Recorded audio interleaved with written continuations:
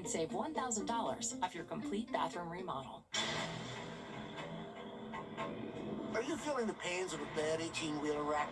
I've got this. I'm Attorney Ken Nugent. I've got a top-notch group of lawyers who stand firm against an insurance company's greedy ways. We'll do it the easy way or the hard way, but we won't stop until they pay you the maximum settlement you deserve. One call, that's all. Watch it go! CallKen.com. Bye-bye now. That's right. Run to mommy. Friday nights are all about football with Under the Lights. We're on your sideline with the big plays, rivalries, and fierce competition. Every Friday night starting at 5:30 on News 12. Under the Lights, sponsored by Chandler Law Firm.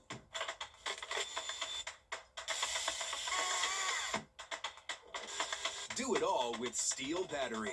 Now is the best time to save big on over 40 hardworking steel tools. Hurry into your local steel dealer or shop online. Augusta's original tint shop. Trusted since 1986. Unbeatable quality, unmatched results. Protect your car, home, or business from heat, sun, and damage to protect what matters most.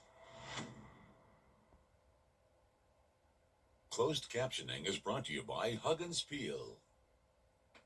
At Parker's Kitchen, our tenders are almost twice the size of our competition. They're fresh, never frozen, hand-breaded, and cooked to perfection.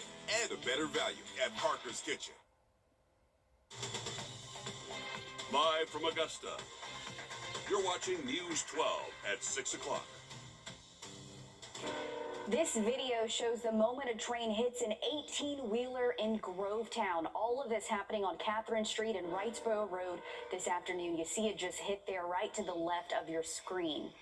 And here's another angle of the moment of that crash. You actually can see this woman, her passenger is actually recording this. You see the full semi sitting right there stuck, apparently on the tracks, and then that train just comes barreling right through the middle of that semi, splitting it in two, and now the cleanup begins. The good news in all of that, no one was injured. Thank you for watching News 12 at 6 o'clock on WRDW and now streaming live on WRDW+.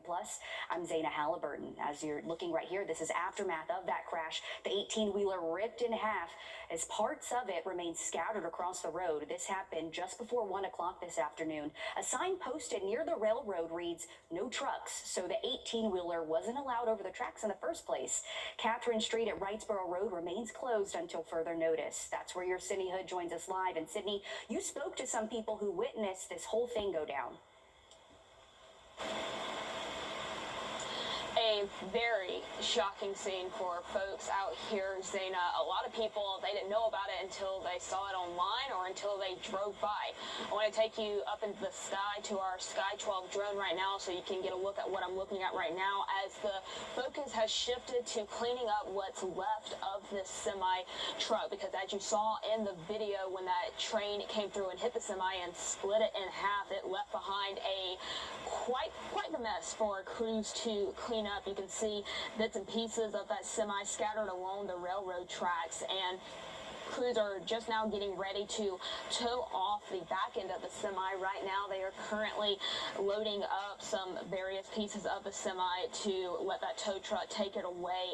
And the front end of the semi, as you can see, is still parked on the other side of the railroad tracks. But going back to watching all of this happen, like you mentioned, I spoke to several witnesses out here who just had no idea what they were going to come see as they came out. One guy that I spoke to says he was at the Walgreens off of Wrightsboro Road here, and he was just going inside to grab some milk. And when he saw that semi stuck on the train tracks, and he, again, had no idea what he was about to watch.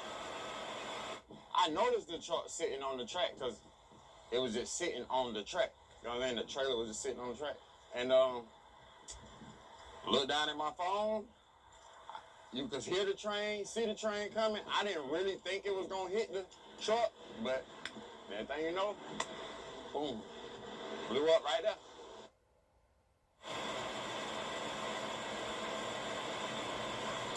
And again, as you can see, crews are working to clean up what's left of that semi-truck. They finally moved the train off of the tracks around 4 o'clock this afternoon, and since then the focus has been trying to clean up what's left behind of the semi-truck. We don't know when we can expect this portion of Catherine Road to open back up to drivers, hours, but crews have told me that they expect to be out here well into the evening cleaning up because, like I said, they have a massive mess to clean up out here. And what was on the inside of that delivery truck, we found out through some workers from Subway in Harlem, this truck was actually headed to them to make a food delivery. They said they had deli meats, breads, and other food items on the inside, and the two women that I spoke to say they had no idea that their delivery driver was involved in this crash until they saw it online, and they recognized it as one of their delivery trucks, and they had to make a couple of phone calls because, of course, their first thought is their delivery driver okay? Once they found out that he was okay, they came out here and they actually asked if they could get some of their food back, and they were told no by crews out here because, as you can see from our drone, there's just boxes that are almost shredded out here because of just how massive, or just how fast the train came in and split that semi in half. But Zainab, good news in all of this is that no one was injured in this. That has been the number one question that folks have been coming up to me asking, if the driver of the semi is okay, if the driver of the train is okay, and again, haven't heard of any injuries out here, so that of course is the good news out here. And we're certainly happy about that. We do have a video that we have online. You can actually see when that semi is stuck on the tracks. That driver gets out just moments before the train comes and just slams right into it. So we're happy to report that. Thank you, Sydney. That cleanup just continues tonight, so be mindful of that area if you are headed into Grovetown. The truck company involved tells us they are cooperating with authorities as the investigation continues. But again, no one injured. We'll let you know when the railroad opens back up. In the meantime, avoid Catherine Street at Wrightsboro Road. We go now to your First Alert Chief Meteorologist Riley Hale with a check of your Friday forecast. Yeah, Zayna, we're not looking at much in the way of rain for the rest of this evening. Generally going to keep our skies cloudy. Temperatures will be cool in the 60s, especially when you factor in a pretty breezy northeast wind that is going to stick around into tonight. So if you're heading out to high school football games, maybe even the Western Carolina State Fair, I would bring a jacket. You'll definitely be glad you did bring it. Looking at our radar network, most of us are dry. I am seeing some very light reflectivity values pop up around Richmond and Byrd County. This is just little sprinkles popping up across the area, so not expecting necessarily widespread rain, but just can't rule out maybe a raindrop or two in a few spots. I think that would be a low chance across most of the CSRA. Once we get into this weekend, though, this area of low pressure is going to be tracking north. That is going to bring us a little bit better rain chances heading into our Saturday, and especially by the time we close out the weekend on Sunday. Here's a look at our potential rain totals. So maybe just a few hundredths of an inch as we head into tonight and early tomorrow morning. The heavier rain expected as we head towards our Sunday, and potentially up to an inch in places like Bamberg County. But for us here around the Savannah River corridor, looks like our rain totals will top out close to a quarter of an inch. So depending on where you live will kind of determine how much rain you see through the weekend. Looking much less likely to see the rain as you get further west, about an hour westbound down I-20. Now here's a look at the wind alerts too. We also are going to hang on to some pretty gusty conditions through the weekend. Lake wind advisory has been extended into our Saturday. More in the weekend outlook for you coming up in just a bit. It's Friday night, where the best of high school football is here on News 12. Under the Lights, sponsored by Chandler Law Firm. Well, Week 8 takes us out to the 3-7-8 war, a meeting between two teams divided right down the middle. Joe's got your keys to the game. Join us as we tailgate Under the Lights, sponsored by Stokes Hodges Ford. Welcome back into the 3-7-8 war, which is our game of the week, kicking off in just over an hour here. This is our tailgate of the week, brought to you by Stokes Hodges Ford. A little bit of a different setup this time around in Week 8. I'm Joseph Doring here at Tiger Stadium. Kayla Lopez back at News 1226 with our truck of the week. Kayla, what are we looking like over there? Yeah, Joe, we have another beautiful King Ranch truck with us. I think with all these Game of the Week tailgates, I have found every possible way that you could sit in a truck. I've had so much fun with this segment, getting surprised every week by what kind of truck or car we're going to get and what ways we're going to find ways to be live with it. So, Joe, we have the truck, we have the tailgate, we have the cooler. Now we just need the football game. What can we expect at the matchup you're at tonight, Joe? Well, along with another great chapter in this long-standing rivalry, Washington Wilkes will be paying tribute to one of its own tonight, along with one of Georgia's greatest high school running backs in history. That is Derek Dr. Dacus Turman, the man who broke Herschel Walker's all-time rushing record in Georgia high school football. Not to mention that record still holds today with 3,172 career rushing yards. He played under both Lou Holtz and Will Muschamp as a Gamecock. Sadly, Turman passed away at the age of 42 back in May of this year. During halftime of tonight's game, the school will honor him by presenting multiple pieces of memorabilia to his family, and he will become the third Tiger in history to have his jersey retired. Dacus Turman is one of the absolute Washington Wilkes greats of all time. He broke Herschel Walker's single-season rushing record, and it stood for 25 years now. So it's time we do something for Dacus. We had this on schedule to do it this year with him being involved, and unfortunately, we lost him this early in the summer, and he won't be able to be here. But we still want to honor him, honor his memory, honor his legacy, and pay tribute and show the family that we really appreciate all he did for our program. It'll be a great night for the Turman family in his honor, and there will be also something else to keep an eye out for. Washington Wilkes coaches will be on the sidelines tonight wearing black and blue wristbands, honoring Lincoln County defensive coordinator Parker Martin, who was recently diagnosed with colon cancer. Martin was actually a coach here at Washington Wilkes for several years before becoming a coach on the Red Devil staff. So a lot of community support out there tonight, Kayla. A lot of high school football left to be played. Yeah, Joe, it's good to see the community coming together for something like that. So glad that we're giving some attention to that tonight as well. But we do also have plenty of other games going on tonight. I'm headed to Strom Thurmond, and I'm headed to Fox Creek for that new segment. Let's hear it for the band. We want to hear what songs you have to play. But again, football on both sides of the two-state today. I'll send it back to you, Joe, but just ready for another great night of high school ball. 378 War never disappoints. We're looking forward to kickoff here. Alyssa Lyons is back in studio with the rest of what you can expect this evening. Yeah, we're taking things a little bit closer to I-20, closer to the home base. We got a 3A Region 4 showdown on our hands. Harlem visits Aquinas tonight. That's where Gunnar Schroeder is.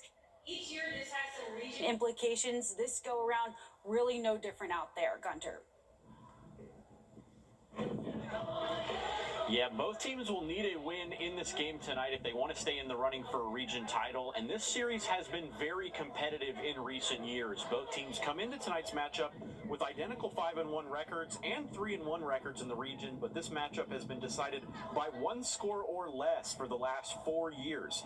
Both offenses come in with a lot of talent, and both have averaged over 30 points a game so far this year. But Harlem coach Mark Boyder said this week he expects another close game and that the Irish's preparation is the biggest factor that makes them a tough opponent for his Bulldogs year in and year out.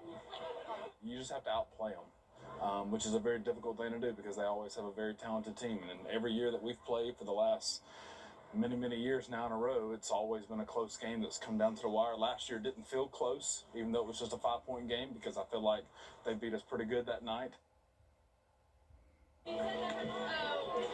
And with each team dropping a region game so far this year, this could be the difference between clinching home field advantage or hitting the road for the first round of the state playoffs coming up next month. We'll see what these two have in store for us a little over 90 minutes from now when they get set to kick off. And of course, we'll have those updates for you later on tonight on News 12 at 11 o'clock. Everybody in 3A Region 4 play in the field tonight. Most of 4A in South Carolina is on a bye tonight. That is except Midland Valley quarterback Xavier Jeter leads the region in passing yards. Running back Preston Smith leads in rushing TDs and yards. He needs 154 to eclipse 1,000 tonight. Looking forward to some good games tonight, and it looks mostly dry tonight, but there will be a better chance for rain as we head towards the weekend. Have a look at that weekend forecast for you coming up next. And just after the break, in Augusta, a child psychologist accused of abusing his young patients denied parole. Coming up, we have reaction from one of the victims. Time and Tip, brought to you by your First Alert weather team.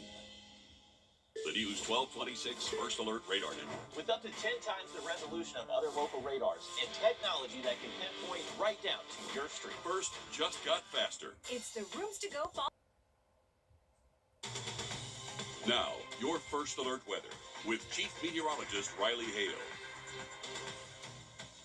Welcome back in, everyone. Looking at our rain chances heading into the weekend, we got the opportunity for a few showers Saturday across the region. I think it's much more likely we see a better chance for rain across the entire CS array by Sunday, but by the time we get to next week, unfortunately, the way it always works out, we see rain during the weekend, but then we stay mostly dry during the work week. Looks like we're going to be in that pattern again heading past the weekend. Beautiful weather expected most of next week.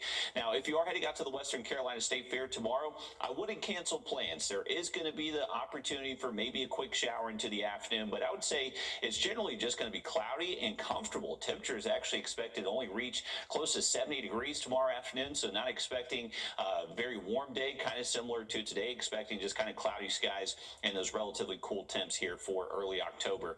Now, by Sunday, we are going to keep those high temps cool near 70, but that's when we're expecting showers to be much more likely. Not necessarily an all-day washout in any one spot, but we'll have the opportunity for some morning rain, and then even again later into the afternoon, we could have around 2 or 3 out there. Let's take a look at it. So through this evening into tonight, generally just cloudy skies. Heading into tomorrow morning, going to keep things cloudy and maybe a stray shower across the eastern CS array before lunchtime, but I would say the better rain chances across the region would be later into our Saturday afternoon. We'll have a look at your Sunday outlook on our in-house model and also that 7-day for you in just a bit. Tonight, one of the victims of an Augusta child psychologist accused. First Alert Radar, powered by Jim Hudson Automotive Group. Get scary good trucking deals at Stokes Hodges Ford with monster savings like $14,000 off MSRP on new Ford F-150s or $7,000 off MSRP on new Ford Explorers. Both with financing as always 3.9% for 72 months or sign and drive with 0 down and payments of only $399 a month on the Bronco, Bronco Sport, Escape, Mustang, Explorer, F-150, Lightning, and Mach-E. 0 down and $399 a month. Oh, don't ghost us. Get scary good trucking deals at Stokes Hodges Ford. Elevate your drive at Gerald Jones Lincoln. Whether you're shopping for your dream ride or need to service your current vehicle, you can count on a friendly and convenient experience every time. Find exciting offers on all your favorite new Lincoln models. We're sure to have the vehicle you've been dreaming of. Plus, with mobile service and pickup and delivery options, servicing your vehicle has never been easier. Visit Gerald Jones Lincoln to start your car buying journey today or shop online at GeraldJonesLincolnAugusta.com. Hi, I'm Gunner Stockton. A winning drive takes more than skill. It takes a team you can trust. Gerald Jones Auto Group has your back this season with big-time savings across 9 all-star brands. Shop new and pre-owned vehicles, all priced to fit your budget and game plan. And make no payments until 2026. Rush in for a championship deal on your dream ride. Driving to the end zone with Gerald Jones Auto Group. Shop now at GeraldJonesAutoGroup.com. Is the look of your kitchen leaving Ashley? If you're not regularly treating your septic tank, you're risking a backup and significant repairs. Use Wrdw once a month. Simply add and flush to reduce monthly waste buildup by up to 20% and help prevent backups. Try Wrdw. All right, thanks for that, Zane. Look at our 7-day forecast. We're going to keep our high temps well below average through the weekend. Highs only near 70 Saturday and Sunday afternoon. Heading into next week, we'll warm back up with highs in the 80s, but we are going to keep these comfortable morning temperatures in the 50s for most mornings over the next 7 days. For those rain chances heading into your Saturday, generally dry across most of the area early in the morning. The better rain chances would be found in the eastern CS array before lunchtime. Once we get later into the afternoon, that's when we're expecting some rain to work its way closer towards the Savannah River corridor. Doesn't look like a washout Saturday, but the potential for some rain will be found at times. Now, once we get into our Sunday, I think that is going to be a better opportunity to see rain across the region. So once we get towards our Sunday morning, this is overnight Saturday towards daybreak Sunday. Pretty decent rain chances, especially on the Carolina side of the river. Once we get later towards around midday, maybe a little lull in the action, but then as we head towards the afternoon, expecting that rain to really start picking up again across the area. So just a heads up for any outdoor plans you may have on Sunday. 3-degree guarantee brought to you by Tub Doctor. Our forecast 72, actual high 73. We have $50 more heading towards our October charity. Stick with us. We'll have another look for you coming up just after a short break. Thanks for watching News 12 on your side. after doing it all? The lazy. Friday nights are all about football with Under the Light. We're on your sideline with the big plays, rivalries, and fierce competition. Every Friday night starting at 5:30 on News 12. Grab a front row seat to all the action and enjoy a full range of special coverage with puppy picks, tailgate, and let's hear it for the band. Under the Lights, sponsored by Chandler Law Firm. Now, the quick look at our radar network does show just a few little sprinkles that did pop up briefly. Nothing really holding together. I would say if you have outdoor plans, not expecting a ton of rain for the rest of your Friday evening into Friday night. So looking good for those high school football games. Temperatures right now still 69 degrees, but you can see that northeast wind still steady at about 10 to 15 miles an hour. We have seen some gusts 20 plus throughout the day. That is going to continue heading into the weekend as we see an area of low pressure start to develop off the coast. We are expecting gusts 20 plus at times throughout the day on Saturday. That is going to continue even into our Sunday. So not really going to calm things down all too much into the weekend. And remember, along with these gusty conditions, we'll also have that opportunity for rain, especially heading into our Sunday.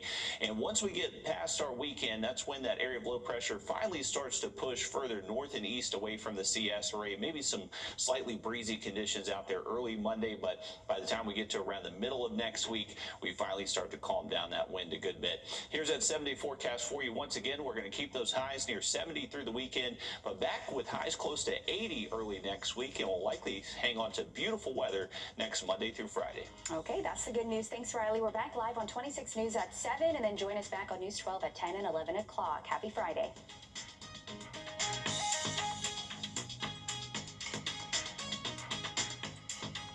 America, this is what you're about.